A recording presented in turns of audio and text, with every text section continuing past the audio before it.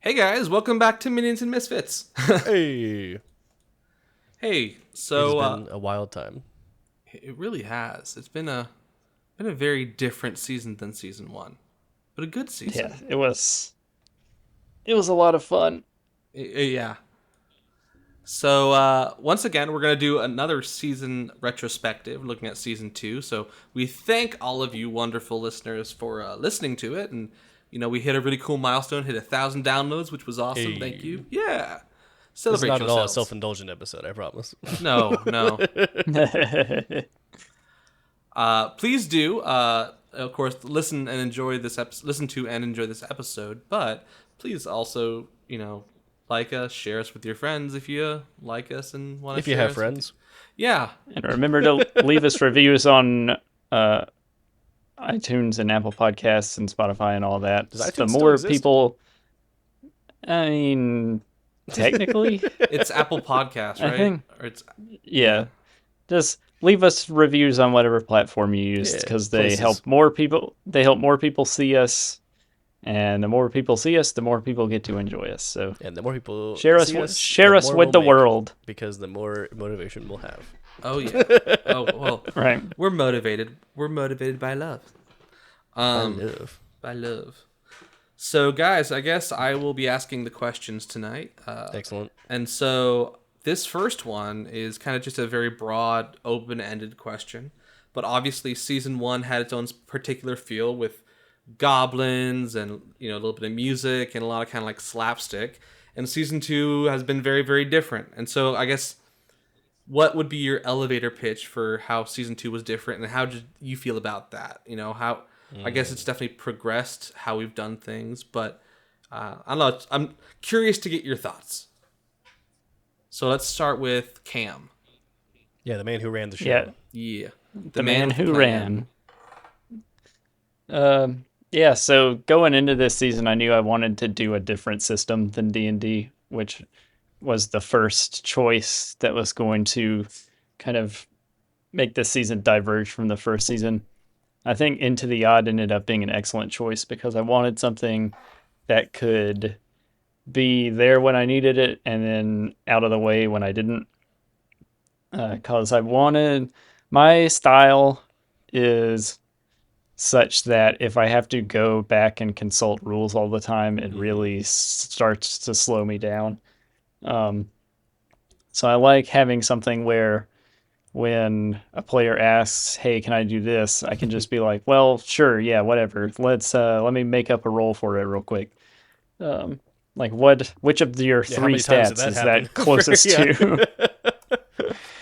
to? um, and it also so the setting while still being pretty fantastical, was also very different.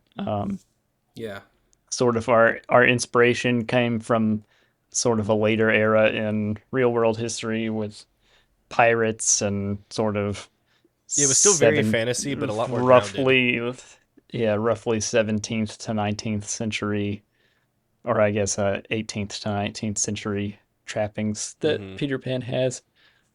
Um, I feel like we went from being in terms of the minions and misfits aspect of it, we went from being kind of the lowest on the totem pole as goblins Yeah. to in Neverland. The way I always think about it is the pirates are kind of the dominating force, even though they don't really have control. They are kind Yeah. of like the oppressors, to use. I don't yeah, know. because they're quote unquote industrialized compared to the native inhabitants of Neverland in that they have guns. They have your They standard have pirate guns. equipment Yeah, yeah. What about you, is Dylan? sort What do you of think? a Oh, Well, on the sorry. before you're I good. continue on to that main thought, it's talking about the like we're switched from like the totem pole of Minions and Misfits for first season to this. It's almost like they are minions of Hook, yes, but that was less of a driving force, I think, than the Misfit side of it, because with Keith, he was very much a misfit in the like proper real world, and as being kind of the violent psychopath that he is a little bit, and in Neverland he very much fit in, and he was like, this is my place, I'm with my people, this is great. Whereas Israel was very much out of his element in Neverland. He was very much a Southern Yeah. gentleman that just kind of wanted to keep learning and doing all this stuff. But having the new fantastical realm very much threw him out of his element, but also let him discover a new love. I think that's Yeah. true. I think that's true. I think what's Violent psychopath might be a bit overdramatic for Keith, but No, I think what I like about it is, looking at J.M. Barrie's original work, there's a lot of baggage behind it. And I mean, a lot of people have different hot takes, so we won't go into that there. But with the characters of Hook and Peter Pan, in a lot of ways, they are two children. They're Oh, yeah. eternally playing. Their goal is never to really kill so much as it is to embarrass the other one. And I'm glad that, again, and we'll go more into characters later, but I'm glad that Keith did bring that spirit to it. Where at the Oh, end, yeah. at the end of the season, he is very similar to Hook. It's really just there's no change. There's that eternal playing, and while that's not progress, that would fall into the damnation. well, Keith was that we talked about. very Yeah. Keith was very like happy and content with the status quo of what Neverland is and was. He didn't like where it is where he wants it to be. He don't want it to switch. Don't want it to change. So Yeah. And I'm glad that we were, because it was definitely, obviously, we made it our own, but I'm glad that we could pay tribute to oh yeah, the source material by having that kind of dynamic where, even though Keith was, a misfit in society, he's very much, part of Neverland. oh yeah. Whereas, He is a true inhabitant. whereas Israel is very interesting because he probably wasn't a misfit so much in society. He's a misfit to the pirate crew. And in some ways, he breaks a lot of the molds we see in the typical Neverland story, which is cool and interesting. Mm-hmm. So we got to do a little bit of both. It was Yeah. good. And we got dark with it, too. A little bit. Yeah. So then, I guess going deeper into those characters, or actually, before we get to that, Cam, you talked a little bit about Into the Odd. Oh yeah. I know you played D&D with us in the last season.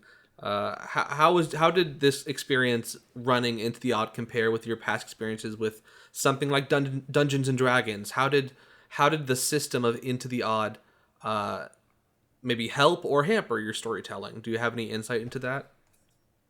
Yeah, so I kind of feel like I got a chance to sort of kick the tires a little bit with Into the Odd.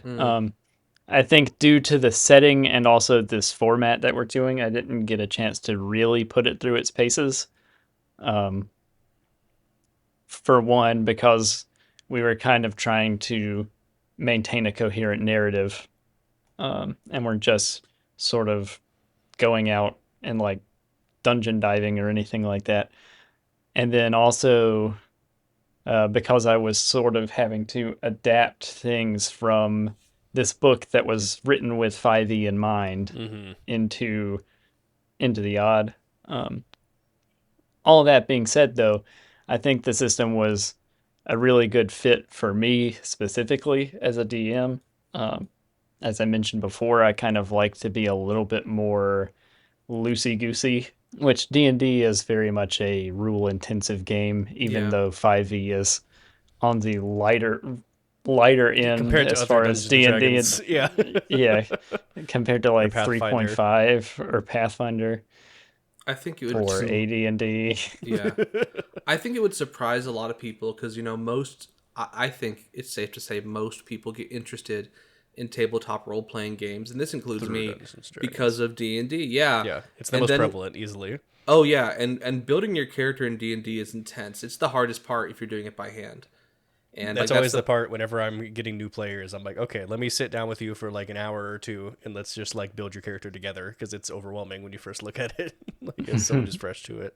Whereas with Into the Odd, and it'll honestly, a lot of RPGs, you can do it in 5 minutes. Yeah. And like our character creation did not take long at all. No, our character creation Right. started and ended with, okay, what are your ideas for who you want to be? Roll for some equipment, roll for your stats, done.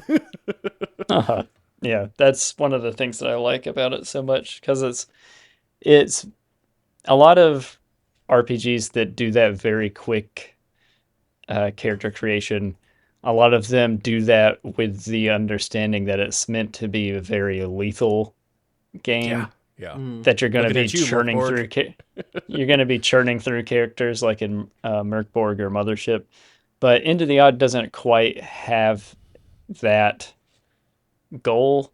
It just wants to be a game that you can pick up and play. It's not necessarily about being hardcore about Lethality. it. Yeah. Yeah. Yeah. And that's one of the things I really like. And it makes me, honestly, really want to play Chris McDowell's other games like Electric Bastion Land, which is sort of, uh, it's in a few ways, it's a couple of steps behind the Into the Odd that we played because he wrote it after he wrote the original Into the Odd, but before Into the Odd Remastered, Oh, which is what we interesting. played. Okay. So there are ideas that are in Into the Odd Remastered that originated in Electric Bastion Land, but there's also some differences. And then he's currently working on something called Mythic Bastion Land, Yeah. which where um, Into the Odd and Electric Bastion Land kind of take place in sort of a semi steampunk kind of maybe early 19th century sort of vibe. This is the sort of uh, Fantasy. skeleton. This is sort of the Into the Odd skeleton applied to a medieval fantasy kind of setting where you're playing as all different varieties of knights that are like you're basically playing as questing knights and trying Sick. to like and there's rules for generating like a point trawl and quests and all kinds of stuff like that. It's very interesting. Each different type of knight has their sort of like a list that you roll on for like what their central motivation and what their quest is Oh, fun. basically and who gave them their quest, like what sort of weird seer or omen gave them their quest. uh, Well, Dylan, what it's do you in think? Sorry, go ahead. it's a, I was gonna say it's in playtest right now, but he's been working on it consistently Yeah. for like the last I'm year. sure it's one we'll be And doing at some point. So. oh yeah, absolutely. Dylan, what do you think about the system change going into the odd? Oh, I think it suits a podcast format especially well. One of the big problems with D&D is whenever you do combat, it's great when you're at a table and you got a grid and you're all into it and you're all strategizing. When you're in audio format, it just kind of sucks. Like you're just sitting there grinding, just rolling back and forth, and it's like, ah, man, this is not great to listen to. Like I can feel myself getting actively bored just recording it, much less trying to listen to it. So like it's a much different vibe. So Into the Odd being rules light and just kind of letting you be narratively focused and do whatever you need rules wise as you go. Very, very helpful for a podcast format. Absolutely love it. I think if you're trying to run a one shot for your friends, Into the Odd is a really easy Oh one yeah. to do it with. Yeah. Yeah, Into the Odd, Monster of the Week, Yeah. a couple other ones like that. Like any of those are great one shot options. I think Yeah. one of the things that is kind of a love-hate thing with D&D specifically is D&D is very specialized, which makes some moments really, really cool when Yeah. you can cast Mage It all Hand in comes just together. the right circumstance. And Into the Odd is very much you kind of are given this basic toolkit of your character, and Yeah. really the rest is It's a left sandbox. up to you. Yeah. Yeah. You're like, all right, go play pretend. That's what it is. Yeah. You're a little Yeah. kid. It's very interesting, but it is definitely a big change, which Yeah. then leads us to our next big change. Obviously, we went from a kind of again typical D&D high fantasy world Yeah. Mm-hmm. to J.M. Barrie's. No, I guess technically not J.M. Barrie's Neverland, but Neverland created by Yeah. author J.M. Barrie, Inspired by. Yeah. yeah, and then reimagined In by tribute to. reimagined by who? Cam? This was Andrew Kolb was the author of this That's right, Neverland source Kolb. book. Yeah. Yeah, so there's a 5e Neverland source book written by Andrew Cope, and Cam got these for his... The other one. Yeah, the other one. I had one job, which was to not mess up the two people I'm talking to. Oh, no. Anyway, so he got this, and I don't want to tell a story. Cam, so tell us the story kind of behind why we went with Neverland and Oh yeah. Pirates. So Neverland. I've had my eyes on this book for a very long time, and eventually, I had it on like my wish list on Amazon for a while, and Alexis got it for me for uh, Christmas, right? yeah, it was Was it your for birthday? It was either birthday or this Christmas. It one. was one of the two. Did you get this one for Christmas, Alexis? It's my okay. It was my birthday. Birthday, I thought so. Um, Oh, and I got the Oz book for Christmas. that's right. Um, Which also one I definitely so want to visit at some point. Oh boy. yeah, monkeys. Oz has always been a sometime wonderful setting of mine. Like I love. yeah, sometime down the road we're definitely gonna play Oz. We'll just sing through the musical Wicked and call it the like 20th season or whatever. But so Neverland, it seemed like a really great opportunity for something to run on the podcast because it gave us a great sandbox to play around in. There were a lot of different angles that I could have approached telling a story here with. There's entire swaths of this book that we did not even touch, um, like Elfame, and Oh yeah, talk about some of the Elfing stuff there's because yeah, what all did you not hit? Because I mean, it's such a wide so world. Were there any like right. specifically? Were there any like areas that you kind of wanted to do but couldn't find a way to work it in narratively? Yeah, like we definitely didn't even touch Um, on like Peter Pan. Like we touched on him, but like it's yeah, insane that we He did Neverland. existed. Yeah, right, and that was like I did kind of want to use Peter Pan, but I just couldn't figure out hmm how to effectively work him into the story because he's such a he's a strange character to try to Yeah, use. because Like he's not like an overarching antagonist or anything like that when it comes he's to this just a kind of thing. yeah, tool. Yeah. yeah. I mean, exactly. Yeah, he's just kind of there to bother everybody. Like his motivation is to have fun Yeah. at He's basically the pretty much at ultimate everybody chaotic else's neutral. expense. Right. That one of the key location or not, I guess key locations that I would have liked to use is first off, there's the skull, Mm. which is essentially like the game describes it as if, or the book describes it as if you want to start introducing really weird stuff, this is the place to do it. This Mm. is basically sort of if you could put a procedurally generated dungeon into a book, that's what the skull is. Like Gotcha. there's I think, D100 table of things that could be inside in the skull. Um, it's just sort of like a psychedelic mega dungeon Nice. almost contained within the book. Hey, we should And then mention there's your love also of procedurally generated dungeons and just dungeon crawling in general. yep, dungeon crawling is my favorite. My proposal for season one was going to be a goblin dungeon crawl. And it's funny because I'm the opposite. I'm like, let's get out there. Let's go out into the wide open world and role play. Yeah. I'm a mixture of The both. the other major point of interest that we basically didn't even mention, much less use, was the clouds, which there's a major quote unquote character called the Great White Bird Ooh, that's basically sort of like a demigod animal spirit kind of deal that lives in the clouds. There's basically it you basically have to figure out that it's up there and you have to figure out how to get up there to even to use it. I that's would have had cool. to like contrive so many reasons for you guys Yeah. to It would be its end own up there. like side arc if this were a full campaign versus like a season of a Right. podcast. Yeah. It's if you're a Zelda fan, it's kind of reminiscent of the sky whale from Ah, Link's Awakening. nice. Uh, just sort of this strange kind of, like I said, demigod being that lives way up above the rest of the island. Hmm. And then So Elfame, the thing that's kind of cool about Elfame is that they lean into What is Elfame? the sort.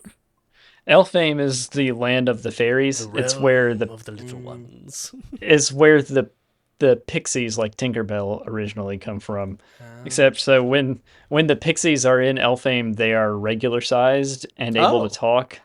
But when they leave Elfame and come to Neverland, they are teeny tiny and they can only speak quote unquote in just a ringing noise. Wild. Is there like a lore Um, explanation for that in the book, or is that just kind of how it is? it's kind of the way magic works, Okay, basically. cool. I imagine if like So Fran Drescher were a fairy, like Tinkerbell's like the little Fran Drescher would just be like,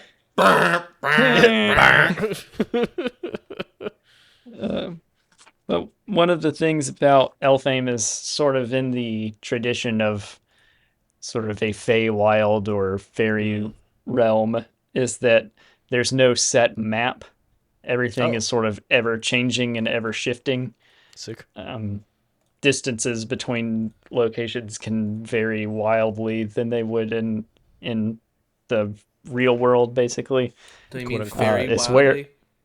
Wow. yes, it's where Being stupid, sorry. That we're done with Honey Heist. That's over now. it's where Queen Mab lives, who is Queen Mab's magic is the reason why Peter and the Lost Boys don't age. And okay. the lack of Queen Mab's magic is the reason why the Darlings all aged. Okay, can we talk about the Darlings too? Because that was some of my favorite parts of the whole podcast. Was Yeah, interacting that with was- the various Darlings. I agree. Yeah, so going into the season, I did not know how big of a part they were going to play. Turns out most of I it. didn't even know if I was going to use all three of them. I didn't know if I was going to use them at all. Man. So when did that change 'cause- for you? When did you know? Just kind of like when I guess going into like the second or third episode, like right before you guys met Michael, I was like, you know what? If they're gonna meet Michael, they might as well meet all three of them. And so I sort of slowly started piecing together like what their kind of role in the story was supposed to be. Nice. And essentially it ended up being like I definitely didn't want to use them because like stat wise within the book, the named characters are all like, boss Broken. tier Yeah. characters. Yeah, they're all very powerful. So I didn't want to create a reason like I didn't want to steer you guys one way or the other into Sure. trying to fight them, but I also didn't want to use them to like gainsay you guys Yeah, or obliterate leave us. you Yeah. right. I didn't want them to use them to railroad you. So that's one of the things I always like when I write for like when I DM, I'm always worried like, am I being too railroady? Like It's I can always never a concern, tell. isn't it? Like every time. Yeah. And yeah, usually no. Usually it's okay. But so yeah, because I wanted these characters, I wanted to use some of the characters from the stories, but I Yeah. didn't know how going in. Well, I would say And I think I like the way that they turned out. I agree. Yeah. Looking those, back on the podcast as a whole, two of my favorite like recollections of the actual time were going through the swamp to go and find the witch. Like that was one of my favorite times in the whole show. And also the freaking inverted tower that we had to go. Like that was so was wild. Yeah, that was, and like there were a couple of floors there at the very bottom that you guys didn't get to because I just didn't want it. I didn't want it to go on too long. I Yeah. was like, man, this is starting to drag a little bit. That episode, like that was already split across two episodes. Yep. The performance John thing was also really fun. The performance was incredible. The freaking mirror. Yeah, Oh, the mirror was probably my favorite moment of the entire, like favorite role playing that moment was- for sure. with that Ted was and surprise. Israel 2 and Israel. yeah, that was some 'cause of we the had the best hands, improvisation. Yeah, that was A plus all around. Well, then in terms of the characters, then Oh yeah, Dillon, let's talk about these boys. Yeah. yeah, because I know obviously last season it was me, Sam, and Yeah. Cam we were the characters. We were Gorfit. Wait, did you just say me, Sam, and Cam? No, me, like I myself am Sam. Yes. Me and It Cam. sounded like me, comma, Sam, comma, and Cam. You know how there are some people who speak in the first person. There's some people who speak in the third person. Elmo. And then there's some people who refer to both, and that's Yeah. no. Last season, Me, obviously, Sam. me and Sam played in the first season. No, my name is Sam. Sam screwed me up now. Cam and I played characters. We played Weehawk and Gorfit, and so now Dillon, you got to play a character in this season. Obviously, you played Israel. What was your mindset in building Israel? Yeah, so that was a fun one, right? So going to Neverland, I was like, all right, we're playing pirates. I don't want to be your like conventional pirate. Yeah. So like, what am I looking at? What do we got here?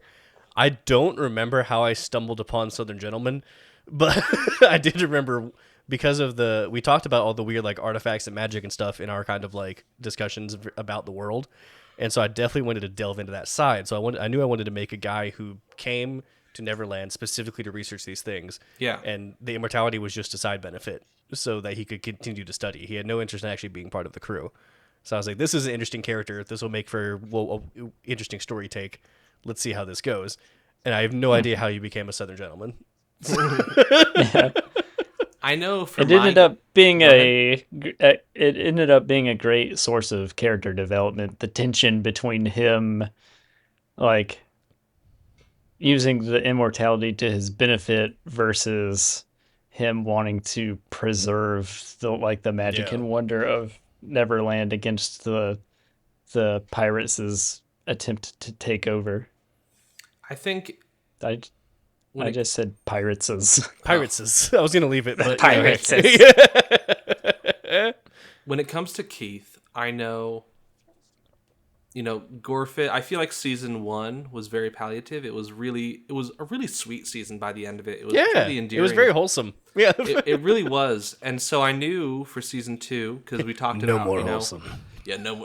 It was when dealing with these characters who are kind of under a negative or evil influence, the story is either going to be they escape from it or they stay in it. Yep. And so I knew that the next character was either going to be, there's either going to be salvation or damnation. And I feel like Gorfit had such a great turn and such a happy ending. I didn't really want to just copy and paste that. And so I went for something very different. And so I like Keith, but Keith is a terrible person. Yep. And whereas halfway through the season, because I know you talked about this early on and wanting to have like a different kind of arc, but like halfway through the season, the three of us had a conversation that was like, okay, how is this going to go with these guys then? Because we have such a different turn. Yeah, and I feel like whereas you said you were trying to not be the typical pirate, I looked at, okay, the old Peter Pan movie, what did the pirates look like? Okay, what's the personality that I could imagine for a pirate like that? Yeah. And it was basically Gareth from Gallivant mixed with Roy Kent from Ted Lasso. Yes, absolutely. And also, if you haven't seen Gallivant, deeply underrated, please watch it. Oh my gosh, yeah. Gallivant is fantastic. ABC needs to bring it back. Because they could still do that 10 years They can still do it. Come on, guys. They could. It's not but it is a really, Keith is almost like an anti-Gorfit. Whereas Gorfit is always making friends, Keith thinks, how can I kill this? Yeah. Keith very much felt like metagame. Keith felt like a response to Gorfit. That's fair. It was swinging the pendulum to the completely other side. There's a famous story from when Larry David and Jerry Seinfeld were creating the show Seinfeld, that they said their rule was no hugs, no learning. Because that's they wanted to get away from sort of the sitcom stereotypes. Yeah. That's what Keith is. Keith is the no hugs, no learning in response to Gorfit from season 1. Yeah. And I think that really matches up again with Neverland, because the whole thing is, Peter... Nothing changes, when you have Hook and Pan both as these eternal figures. Peter is ultimately kind of a tragic figure. Everyone else leaves and grows up, and Peter never grows up. And there's part of that that's really fantastic and charming when you're a kid, but when you're an adult, you're like, oh, Yeah, this is what that's actually kind of nightmarish. Yeah. yeah, that's what Wendy sees. Is Wendy's like, this is not ideal. And so Keith, again, making him that, ultimately he kind of is stuck in this damnation, for lack of a better term. It kind of matches up with where we are. Yeah. And so I guess that kind of, is there anything else we'd want to touch on when it comes to this campaign? We covered things we've missed. We've covered the characters. Is there a particular NPC? We're running low on time You now. know who it is. You know our favorite boy. I know. I know. It's... Hey, Cam, was the New Zealand accent a moment of improvisational genius, or was that planned? So I knew I wanted to use the accent because we were in this sort of, tropical island setting. I knew I wanted to use the Kiwi accent somewhere because it's one of my favorite voices to do. It's one of the few true voices that truly departs from my own voice. Like I know Yeah. we joked last season about how Weehawk's voice was literally just my own voice, but with maybe like a slightly different cadence. It's you, but Accents. also adding in the word boyo every once in a while. Right. Yeah, exactly. Boyo. So like the Your lexicon Kiwi does accents change. It's your like cadence and everything else doesn't, but your lexicon always changes depending on the character. right. So like the Kiwi accent is one of the handful of accents that I could do really, really well. Yeah. Agreed. So I knew I wanted to do it. Using it that early on was sort of a happy accent. Wasn't sure what kind of character I was going to use it for, but then when I decided that you guys were going to meet with the gnomes, I was like, Oh yeah. that's the perfect character. That's the perfect one to use that accent for. So Yeah, he was easily my favorite NPC, so thank you. Yeah. yeah. And having all of the gnomes be named Jim, but with different spellings. I didn't even realize this. That was a concept. That as a concept is something that I have used before, but using it for the gnomes came at the very last second. Well, and it made so much sense too, because they're all gnomes. They all look like little guys just running around. They're all the same. Yeah. So I that's an idea. I imagine that they all look different, but the one thing they have in common is they all have those bright red cones on their heads. Yes. Yeah. Yeah, they're all wearing those like wildly different colored fabrics and stuff, except that the red cone hat is always identical. This is that idea of having a bunch of characters that are all named Jim but spelled differently came from actually a Goblin Blood Bowl team that I used to have. That's hilarious. Where every single one of my players was just named Jim, but with a different spelling, like as many different spellings of that name as I could come up with. I love that. Well, ending on that, gentlemen, last season, during our retrospective, we talked about what we would like to see coming up. Yeah. And so I'm going to ask the question again. Spoilers! Well, yeah, besides, we will get to what next season will be. We'll get to that. But just vision casting for the future. Okay. Is there anything that you'd still like to see in terms of tone, in terms of story, in terms of systems? I really want to keep exploring different systems with this show because I think it's the perfect medium to do that because there's so many different cool indie RPGs out there, and fitting into the Misfits vibe really, really works here. So I think there's a lot of options for that. For me, I was able to start DMing because I could listen to a podcast of D&D and learn from that. And so I really hope that while I like doing the different systems and I want to keep that up, I also want to make sure that we stay intentional with being clear, like to make it something that you can listen to this and have a very accurate gist of how you if you pick that game up, you'd be like, oh, I remember they did this in the podcast. Yeah. Like, I know with jumping into D&D, that's obviously not our instinct because if you're listening to this, there's a really fair chance you know how D&D works. Whereas as we dive into the more Minions and Misfits type systems, we'd like to introduce you to new stuff. And so I like that idea a whole lot. It's a whole new realm. Yeah. What were you going to say, Cam? Well, I was actually going to say something similar to that. Instead, as I like He the said idea of ditto. this. I like the idea of this show being sort of a Taster. like yeah, and sort of the retrospectives being like a miniature review Oh yeah, of the actual the system system and that we everything and just played. how it works. Yeah, I agree. Yeah, I liked the episode 0 that we did where we sort of kind of Yeah, yes. explained the system, sort Having those of, with new systems is so put helpful. pieces Yeah. together. Yeah. Is there Uh, any system in particular you'd like to see? Let's No. see. Trying to think of ones I that we didn't say last time. So no, I still really want to play Frontier Scum yes, that because would be I know that incredible. one's going to be a good one. I would Can really like to play. Uh, I don't know if we've talked about Glaze of Glory yeah. like Glaze of on Glory will mic be a very fun yet, one. but I really want to play Glaze of Glory. Call of Cthulhu, I still think would be a great, probably one shot. I think Call of Cthulhu works best as a one shot where you Yeah. can just, You know what? have a sort of Lovecraft ending. I want to see reverse Call of Cthulhu, where we play like agents of Cthulhu trying to drive a normal person insane. That's what I want to see. That would be incredible. Why That would haven't we be done funny. this yet? Kind of like Impractical Jokers are punked, but like mythical. Yeah. I think. Oh, I just missed it. What do I do? Sorry, I lost it. That's okay. What were you gonna say, Dylan? So there's one I've had my eye on for a while. I don't know if it would work well with the podcast, that was the problem.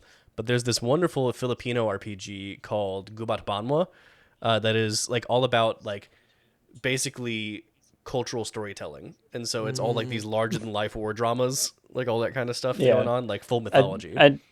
yeah, I think you brought that up in the season 1 Did I? Yeah, retrospective I've as had my well. eye on it for And a it while. It looks great. sounds wild. I know another one I was thinking of earlier today. I think that would be good for the podcast is either Kids on Bikes or Oh, Tales from the yeah. Loop. Either one of Wait, those there's would a be Tales good. from the Loop TPRPG? Yeah. Okay, why are we not doing that? Is that like Into the Loop, like the Peter Capaldi sitcom in Britain, or is this something No, different? no, no. Tales from the Loop is a No. wonderful art piece series actually. By what is his name? He's a Swedish guy, right? What's his His name? his name is Simon I'm looking it up. Stalberg. Stall something. I'm looking this guy up. Stalenhag. Simon Stalenhag. Simon Stalenhag. This guy is incredible. If you haven't heard of this man, look him up on Google. Go look at all his art. It's incredible. He does these really dope futuristic retro like art pieces that are storytelling just through images. Yeah. He And does they're like these incredible. he does these art books that have like it's all of these really great, you know, like Dylan said, sort of retro futuristic paintings and everything. But and then there's pages of story interspaced between the whole thing. Yeah, I have a copy wild. of one of his books downstairs. It's called You lucky man. The Electric State. Oh, nice. Okay, I haven't really got my hands on any of them it's- yet, but I've been reading them it's- online forever. So It's The Electric State is really interesting. It's like a alternate universe where something essentially like the metaverse came out in the early 90s, Yeah. and due to like watch out, Zuck's gonna come for us now.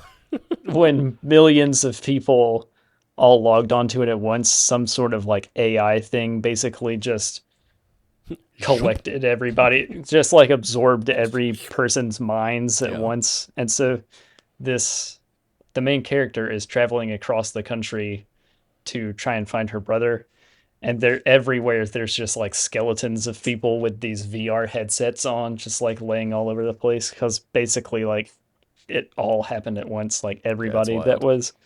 was logged on That had would their really brains work. uploaded. His stuff would work well for our vibe though, because it's very much like a explore the world kind of thing. You know, deal with like Yeah. all these weird encounters that you come across. Like it fit into our vibe. Well, Yeah. Yeah. If we did the Western one, this is what I was gonna say. we a minute need to do ago. the Western one. We should just be like Biff Tannen's posse from Back to the Future 3. Oh my gosh. Because, had that's the an iconic idea of- Western. I had an idea of making a one shot that was a sort of tongue-in-cheek reference to the what's that train derailment that happened? Where was that? Shoot. The Yeah. East Palestine accident. Yeah. I started like brainstorming up ideas for it. I was like, wait, this just sounds like my Morkborg dungeon, where there's some sort of alien force that's mutating everything, and the players get more and more mutated the closer they get to it. I was like, Yeah. wait a minute, Wait, I've hang heard on, this before. I've done this. Yeah. Yeah, we just do a Blazing Saddles episode is what we do. Oh, yeah. I was Well, gonna then- say the assassination of Jesse James by the coward Robert Ford. There you go. Yeah, there's a lot. I mean, honestly, the whole Western vibe lends itself very well to a like Misfits adventure. Yeah. So Well, then, do we want to reveal what we're doing next season? yes, just Yeah. give the spoilers. All right. Well, coming in just a few Ba-da-da, short weeks. ba-da-da-da-da. Coming in just a few short weeks, I will be DMing, or I guess The Triforce is complete. I know, yeah. And we will be playing a system which we have not yet mentioned called Babes in the Wood. Yeah, we didn't mention it because we were saving it for this. So. Yeah, exactly. Now, don't be deceived. This is not some weird 90s scary, don't have your No, mom there listen is to- no Sports Illustrated. Do not worry. No. Babes as in the traditional meaning of small children. But a wee waif. Yes, we waifs in the woods. Now that's a great name. Why don't we have that? That being said, it is heavily influenced by things like Alice in Wonderland, Wizard of Oz, and specifically Into the Garden Wall. The idea that you Over have the Garden these- Wall. Oh, Over the Garden Wall. What I Yeah, say? over the Into the Garden Wall. into the garden wall. Just It- boom, right into it. A much shorter and grimmer series. Over the Garden Wall. And essentially the story is that you have these children who are lost in a mysterious, faraway... what's that word for you can't navigate it? Unnavigable? That doesn't sound right. A wood that they that's can't close. navigate. Inimitable. Inimitable. And so the idea is that, of course, Cam, Dillon, and we're getting a third person to be a player this next season. If you listen to our previous one shot with Honey Heist. Honey Heist, the lovely Rebecca Evans will be our third player for our season 3, and we A are very permanent excited member of to a have- season.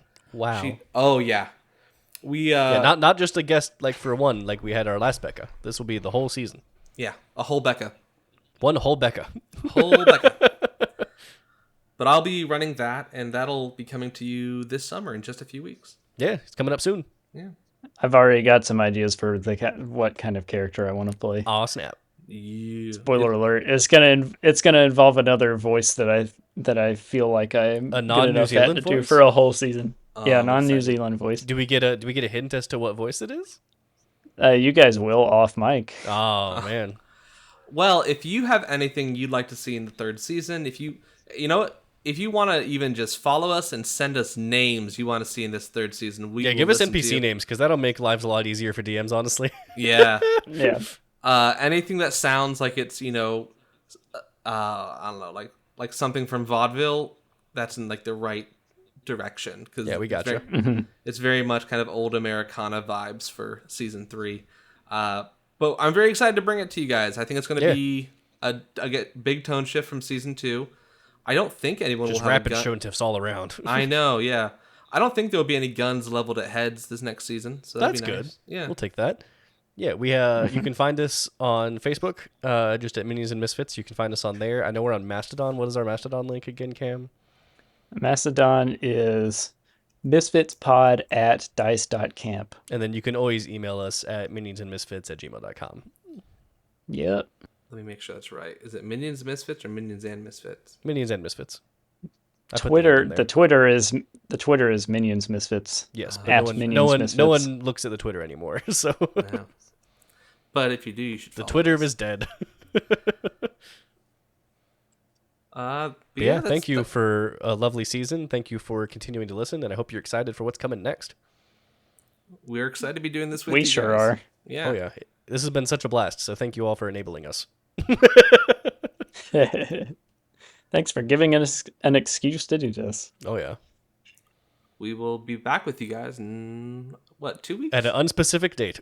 Unspecific. Yeah. Coming soon. We should probably nail that date down And- before we Yeah, we should probably release figure that this. out. We'll talk Yeah. about that. In 2 to 3 business weeks.